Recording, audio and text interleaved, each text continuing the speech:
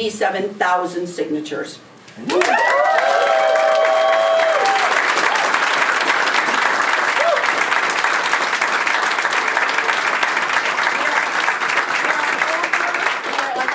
Over the 60 county mark, which we needed. There is absolutely, and I will tell you one thing, you know, when you've done it before, just last year, you do it again, and we're pretty darn sure our validation rate is very high. They stopped counting at 90,000 last year, so we're right about 90,000 again, and we are very confident that we have that.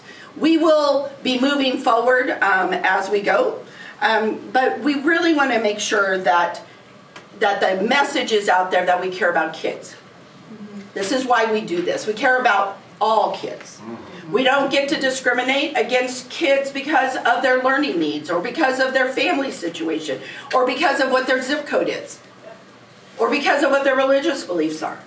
We care about kids. Do we care about kids? Yes. We care about kids. And that part has really resonated with me when we're attacked about not caring about kids. That is such complete and utter fabrication. And the other thing is, oh, you got all this outside money. Well, friends, the only outside money we got was zero, because my members that are here belong to their local association, which we have about 260 of. They belong to their state association, and they belong to the National Education Association, which gave us money last year, but it's our money, right? Yes. So don't tell me it's an outside organization, because I'll tell you one thing, Betsy DeVos doesn't live in Nebraska, right?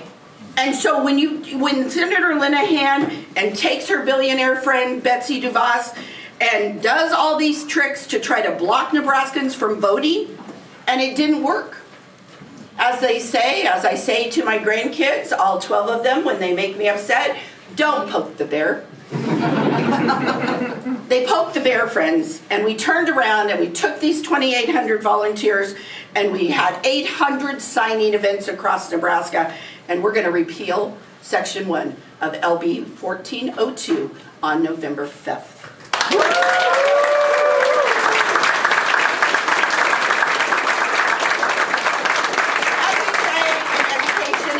Village, right? It takes a village to raise a child. It takes a community to care about schools, and we have communities all over Nebraska that care about their schools, their public schools. 9 out of 10 kids go to public schools, and we have been fortunate to have some very good partners in our work right here in Nebraska. And I'd like to introduce Dr. Rebecca Firestone. She will be our first speaker. She is part of our coalition, and she is the director of the Open Sky Policy Institute. Rebecca?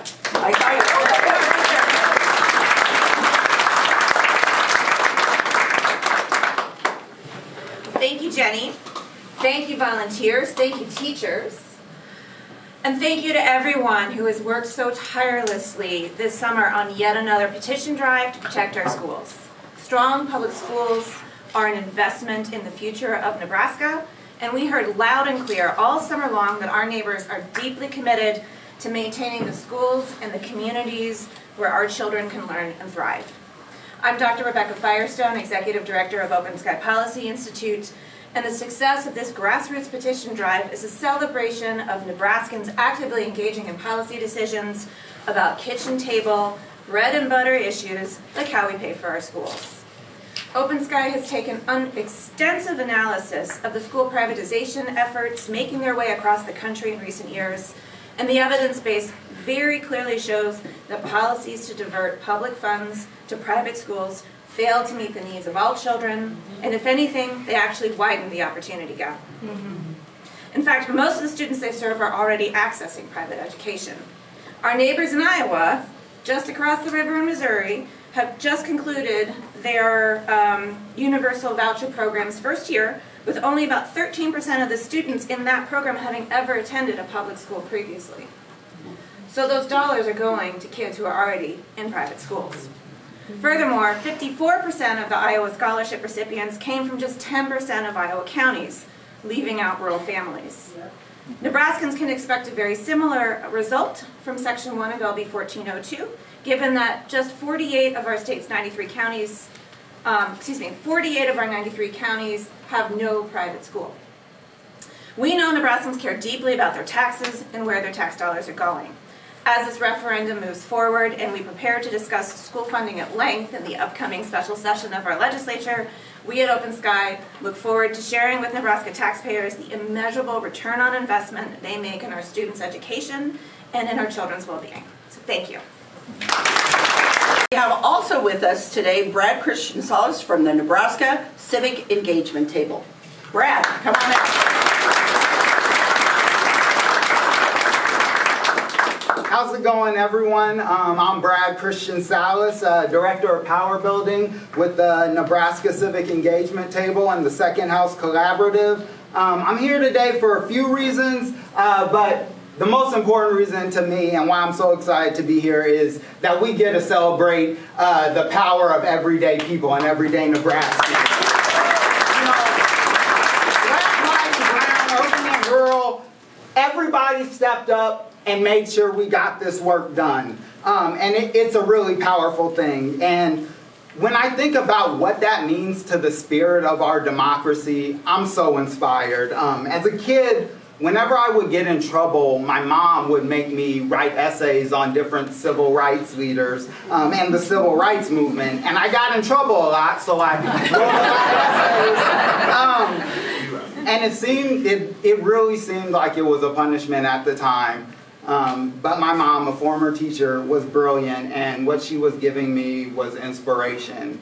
And so those stories of that democracy building and that people power was inspiration when we went and we got over 100,000 signatures, and then some politicians and wealthy special interests blocked the voters from having a chance to make their voices heard and a chance to vote because they couldn't win fair, so they didn't want to play at all. So now, what did we do? We used people power. We all came back together.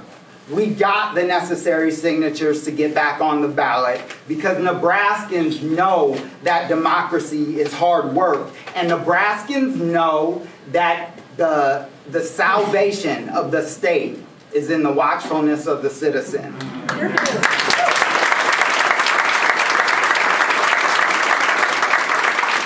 But even bigger than those things, Nebraskans know our public schools are the cornerstones of our community and our democracy. And that's why so many people went back after one summer of doing the work to do another summer, because we care about a future where we have a strong democracy, where we have kids growing up and getting a great education, and where our communities are thriving. And all that work was done by so many folks in this room, so many folks who aren't in this room, because everybody who did that work couldn't fit. But I just want to, really, it was so many people. It was really a people-powered grassroots effort. And that's what's always at the core of democracy. And that's why we will always make sure that we're standing up for the people's right to vote and have a right to say on these issues, especially making sure Nebraskans have the right to say no and to repeal something as dangerous as 1402 and school vouchers. Thank you.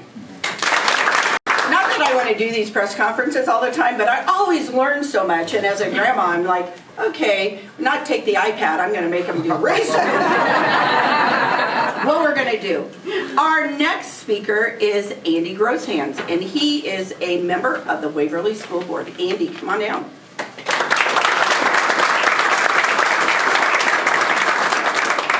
Thank you so much, Jenny. As she mentioned, I'm Andy Grosshans. I'm in my 16th year as a board member in Waverly. My own father dedicated over 50 years of his life to public education. Started in Alliance, Nebraska as a teacher and a coach and eventually an administrator, and then moved to Norris where he was an administrator and then a school board member. My mother worked for public schools for over 20 years. They're both proud graduates of public schools in Nebraska, as am I, my brothers, my wife, and my kids. So we're so grateful to have had the opportunities that we have, and I tell you this just so that hopefully you understand a little bit where some of my passion comes from. around public schools in the state of Nebraska. My own brother, who I briefly mentioned, was living on the East Coast, working at a hospital there, and had put down roots, loved the area, loved the people, still maintain a lot of friendships today. But as his kids got to be school age, he picked up and brought them back to Nebraska purely for the public schools that we have. He was watching before his very eyes the things that were happening with these kind of voucher programs and what it was doing to the public education. And in his son's first year, it was not going well. And he made that hard decision to pick his family up and bring them all the way back to Nebraska for public education. So we've got a great thing going here. We need to continue to support it. Some of the speaking points have already been mentioned, but some are worth repeating a little bit.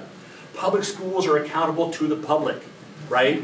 We have to do the things and report to the public, and sending public dollars to a place that doesn't bear that same responsibility is not appropriate. We need to keep those public dollars in our public schools. Over half the counties in Nebraska don't have a private school available. These voucher programs, I don't feel, belong in Nebraska, and certainly not in a place where a kid doesn't have an opportunity to attend a private school if they so chose, right? Diverting those funds from the public schools is only going to further damage public schools. This state can't afford to try to have taxpayers support two different school systems as we move ahead. Communities such as Waverly rally around their schools, right? It becomes the focal point of the town. People move into the town for the schools a lot of times. We have wonderful families in Waverly with great kids, and I'm super proud of the opportunities we provide our kids through our teachers, our administrators, our paraprofessionals, our bus drivers, and every other role in our district. They do a wonderful job. And when those kids grow up and become educated in those communities, they often stay in those communities or find similar communities because they want their kids to have those kinds of opportunities. And they get involved by helping out with holiday parties when the kids are little and post-prom parties when the kids are big. They join PTOs, or sometimes they run for school board. I, along with hundreds of board members across the state, am very, very proud of the work we do at a local level to be good stewards of our taxpayer money and make sure that it's being spent wisely to consistently improve our schools and give our kids the best education possible. And I'll finish by echoing what some have already said. I am so grateful for the people in this room here at the NSEA, the people across the state who volunteered their time and efforts on this, and to the thousands of people who took the time to sign the petitions and make sure that we get an opportunity to vote on this very important issue come November. Thank you very much for your time. You know, when you hear these stories of public schools and people coming back to public schools and realtors using their great public schools to sell houses, just that's a little side note. We are very proud to be public school proud, and we're very proud to have school board members who represent that as well. And as I say all the time, you know, folks, we need to pay attention.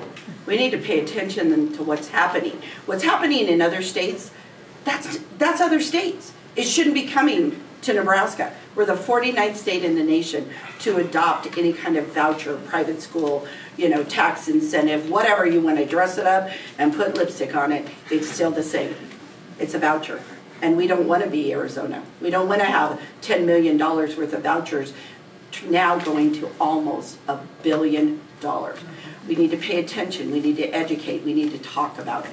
And so I appreciate these folks coming in. And the next person I appreciate is Denexi Garecki, who is the Executive Director of Stand for Schools. Come on down. Buenos días, hermanos y hermanas. My name is Denexi Garecki. I'm the Executive Director of Stand for Schools. As the child of two Mexican immigrants, the promise of America was that regardless of who I was, or who I was perceived to be, that this amazing nation was ready to welcome me.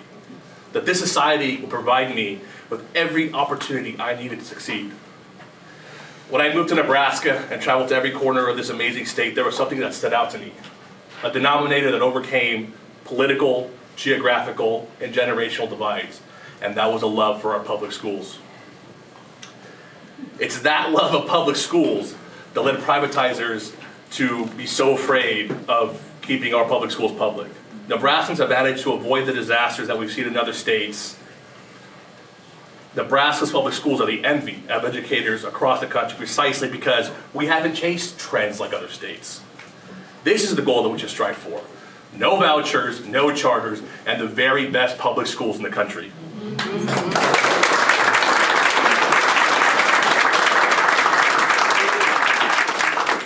It's that love of public school that led all of you to gather signatures from hardworking Nebraskans in every corner of the state for the second summer in a row. It was that fear of your love of public schools that led privatizers to try trick after trick to deny your constitutionally guaranteed right to a referendum. It was that fear of your love of public schools that led privatizers for the first time in the history of our state to overturn a law that was slated to be voted upon by you, the people. Well, you sent a very strong message today that we will not be denied. We will not back down. With your help, we plan to deliver a very powerful message to privatizers this fall. Something that is already enshrined in our state's constitution. No public dollars for private schools.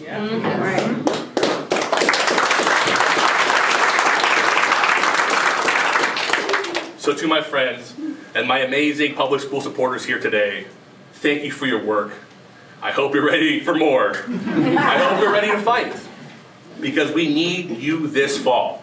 We are going to send, and we're going to take back the future of our state by saying, in Nebraska, we love our public schools.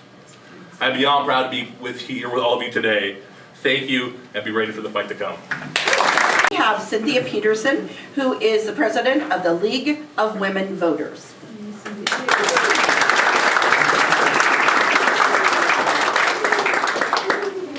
Thanks, Jenny. Good morning, everyone. I'm Cynthia Peterson, president of the League of Women Voters of Lincoln, Lancaster County. Today, I'm representing the League of Women Voters of Nebraska. Our nonpartisan grassroots civic organization is dedicated to promoting informed and active participation in government. For many years, the League has consistently opposed school voucher legislation because we strongly support public education and believe in the responsible use of public funds to uphold it. LB 1402 delivers millions of public dollars to pay for some students to attend private or parochial schools in Nebraska. It's unconstitutional. This situation feels a bit like deja vu. I'm even wearing the same t-shirt. Last summer, this coalition successfully put the repeal of LB 753 on the November 2024 ballot. Unfortunately, the legislature and the governor intervened in the citizens' referendum process, driving this repeat petition effort. The underestimated anger among voters about being denied their earlier chance to vote is palpable. I heard this sentiment frequently as voters lined up to sign our petition sheets. Nebraskans deserve the opportunity to vote on school vouchers, yes or no. Recently, even a nun signed our petition, jokingly acknowledging potential consequences, but steadfast in her belief that voters should have the final say. Every Nebraska voter has a voice in our system of government. This referendum petition all boils down to letting the people, just not the politicians, decide. League members across Nebraska have invested significant time and effort in circulating the petition and collecting signatures to ensure LB 1402 reaches the ballot. From countless events to a remarkable number of signatures collected, the dedication from our League members and others has been truly exceptional. Now let's ensure LB 1402 reaches the ballot and is placed firmly in the hands of the voters. Thank you.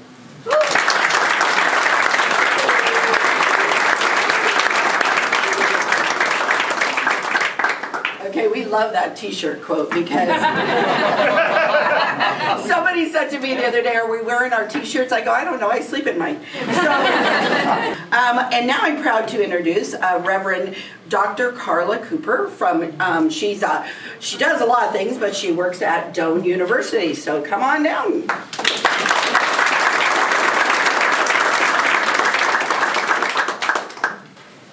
In a nationally televised address on June 6, 1963, President John F. Kennedy urged the nation to take action towards guaranteeing equal treatment of every American, regardless of race. Soon after, Kennedy proposed that Congress consider this anti-discrimination in public places, including education. And although Kennedy didn't see this actualized for being assassinated in November of 1963. His proposing would ultimately become the Civil Rights Act of 1964. So here we are today, 60 years to the date of signing this legislation. We find ourselves today on July 17th, 2024, with parochial, petty, pre-pimmer politicians and political pundits playing perturbing, pointless, pimping, phobic policy games for personal purse strings, pretending to care about kids' access to education.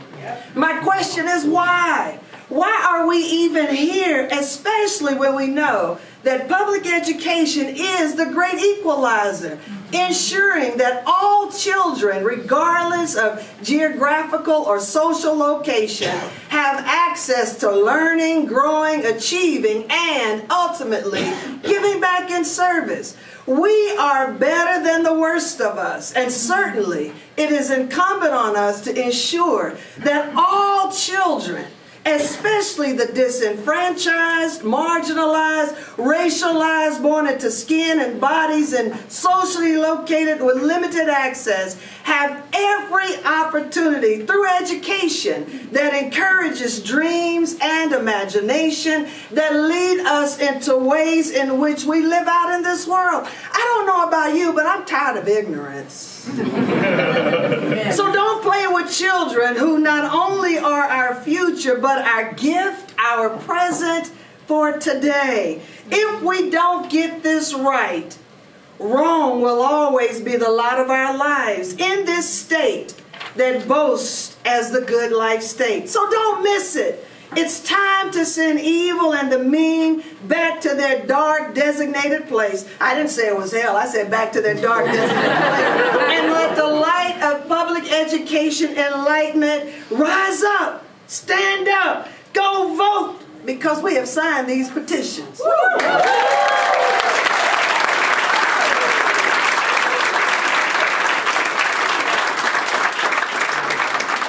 That was awesome. Let's vote for her. Thank you. All right, next with us, we have the Executive Director of the Heartlands Worker Center, Lena Translavenia, and we are happy to have her here today. Thank you. Lena Translavenia Stover. Nebraska has been my home for 23 years now. Became a citizen shortly before the pandemic. So to tell you the truth, this whole thing about how the democracy works in Nebraska is fairly new to me. And I'm telling you that it's complicated. There's a couple of lessons that I've learned just in the past 2 years. Rules in the legislature are not rules in the legislature. In fact, you can turn them off at some points. The second part is that we have balloteering, which allows us to sign, to collect petitions, and then we make sure that people in Nebraska can vote on whatever issue there is if we have enough signatures. But then something happens in the game of politics, and we are tricked, so we have to do the process again. For what? So people in Nebraska can share their opinion at the ballot. That's why the Heartland Worker Center was so committed to collecting signatures to make sure that Nebraskans have a say on what happens in our public schools and with our public dollars. I want to go back to the process of accountability, because public dollars are accountable to the public people. What happens if we have public dollars go to private institutions? Well, we don't know. Or I'm a scientist, so I tend to look at research. And thank you to Open Sky for sharing all the research, because apparently we do know what happens. We only have to look at all of the other states to understand that the consequence of that is that inequality rises. You hear an accent, I already told you, I'm an immigrant from Colombia, and the reality is that as many immigrants, the ESL programs are offered by the public schools. English as a second language, English language learners are almost dependent on the public schools to be able to be integrated into our society. As we look in Nebraska for immigrants to be an answer to our workforce situation, then we have to make sure that we have the systems in place to integrate this population. And we are going to be looking at public schools to provide those services for the students that do not speak English as a first language. I want to thank again every single volunteer that went out there in the heat, collecting signatures, ensuring that we all have the option to vote, to say our opinion on November 2024. We are asked often, does my vote count? I'm telling you right now, your signature counts. We've seen it. But now we all have to show up in November and make sure that we cast our vote, especially in this issue. So don't let bigger politics put a shade on our ability to share our opinion. Show up in November and vote. We have Christine Clerk of the Nebraska PTA. And PTA stands for Parent Teacher Association. Come on down, Christine.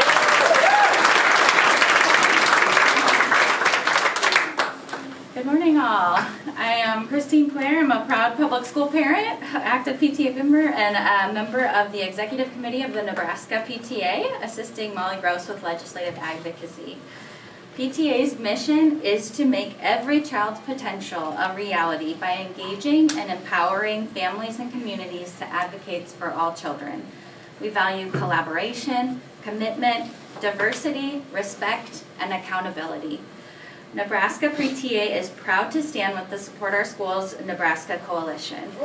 We align with National PTA in advocating for the importance of public education for all children to guarantee that public funds are not diverted to any private school choice proposal and or voucher system. National PTA supports our system of public education as the major vehicle for perpetuating the basic values of a democratic system of government. This system must be strengthened and continue to be governed by public officials accountable to the public and supported by adequate funding. Public dollars must remain invested in public schools for the benefit of all students and the future of our nation.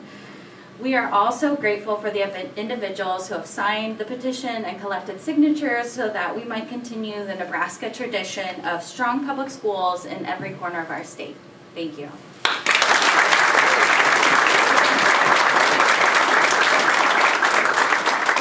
You know, as we collected signatures and we had all these parents, which a lot of us are parents, right? A lot of us are, well, all of us are what? Taxpayers, right? All of us are voters. But as they came through the line to sign, I was in Norfolk and we were at the library and this car came through and this lady told her story about her daughter going to private school. And one of the things that we talked about was, you know, I'm a special ed teacher for many, many years.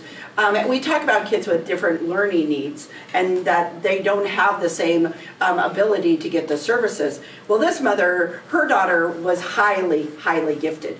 And it was the same thing. She couldn't get the services there, and then she went to public school. But as she's telling the story, and her kid is in the back seat being very bored, all of a sudden, the kid jumps out of the car because she saw her orchestra teacher collecting signatures.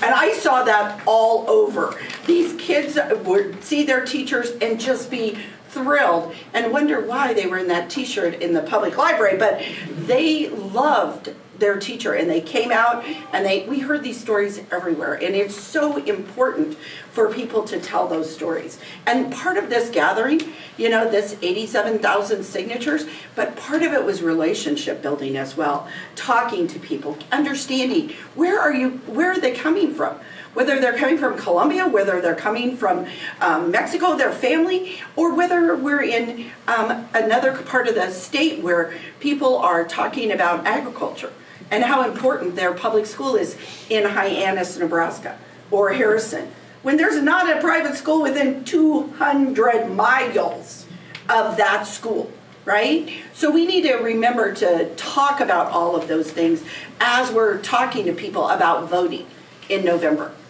And we are going to continue to work on this. And we have one last speaker, and then we're going to wrap it up. And the last speaker, come on over here, Tim. I don't know, my phone's over there. I think I have 45 days left and as the president of NSEA. Tim Royers is the incoming president as of September 1. Tim is the president currently of the Millard Education Association and will be moving into the NSEA president September 1. He's also a history, social studies teacher, so he's going to school us now.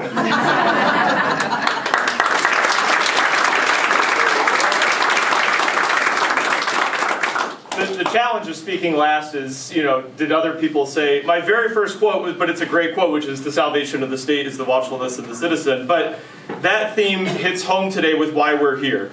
Because the word democracy may be a noun, but you have to treat it like a verb to maintain it, right? We know that in our state, the people are the second house, and that we've been vested in our state constitution with the power to hold the legislature accountable. And that's exactly what we're doing for the second time. Back in May, when we kicked this off, I said that this was now a bigger issue than just education, because as many of the other speakers said, this is about rebuffing a direct attack on our rights as the citizens in this state. The legislature took the unprecedented step of passing a bill explicitly to deny its voters the capacity to weigh in on a critical issue in the upcoming election. And while the move is shocking, it's not surprising, because we know why they're so afraid, right? And one history thing I want to drop that hasn't been mentioned yet is this has been on the ballot in Nebraska before, multiple times. And Nebraskans have said no every time vouchers have been on the ballot. And so we're going to do it again this November.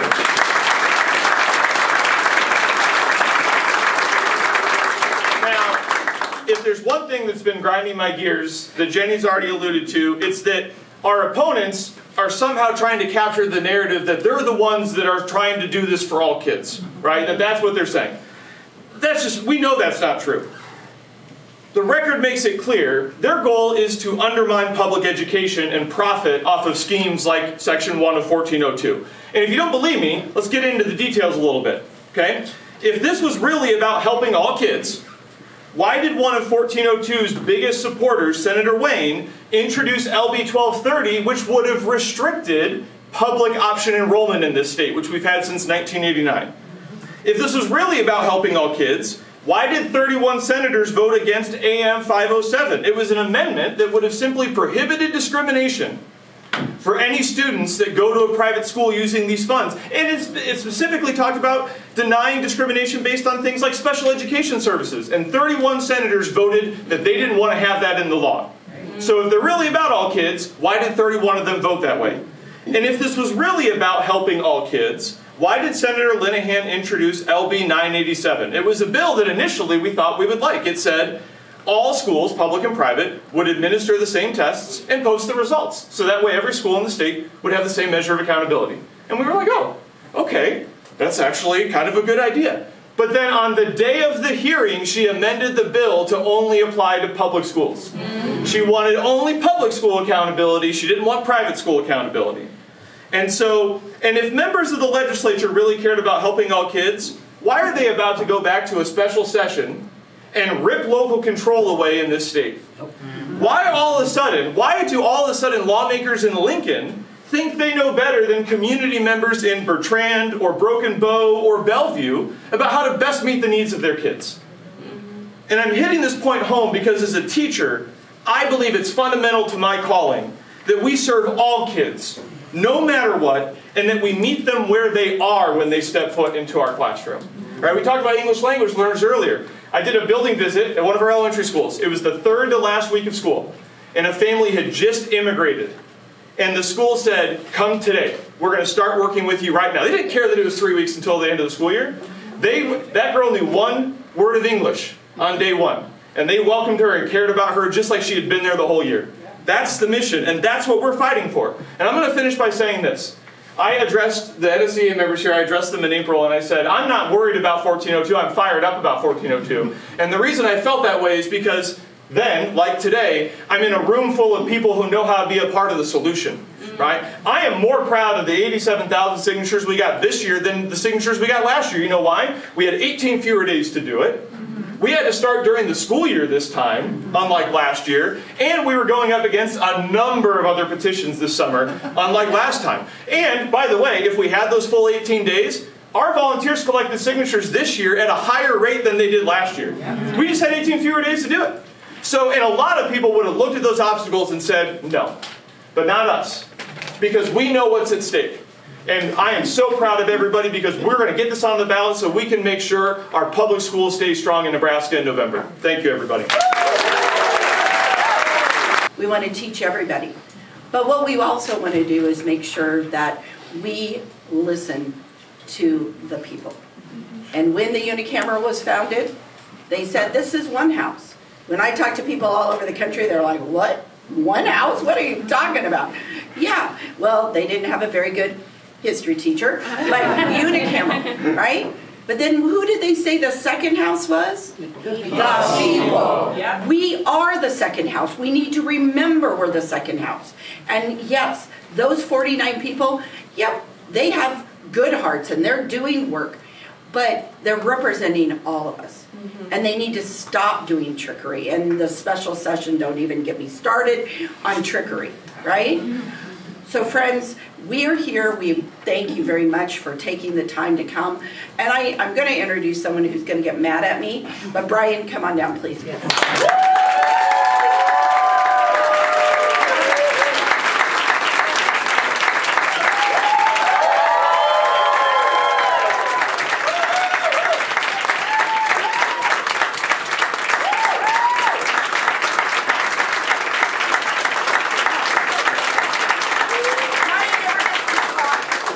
Well, he talks all the time. He's over here. I'm not saying anything. Brian Mickelson is our Director of Political Action, and we have had some damn fine action this summer led by him, and I just wanted to give him his just due. So, Thank you all. Brian.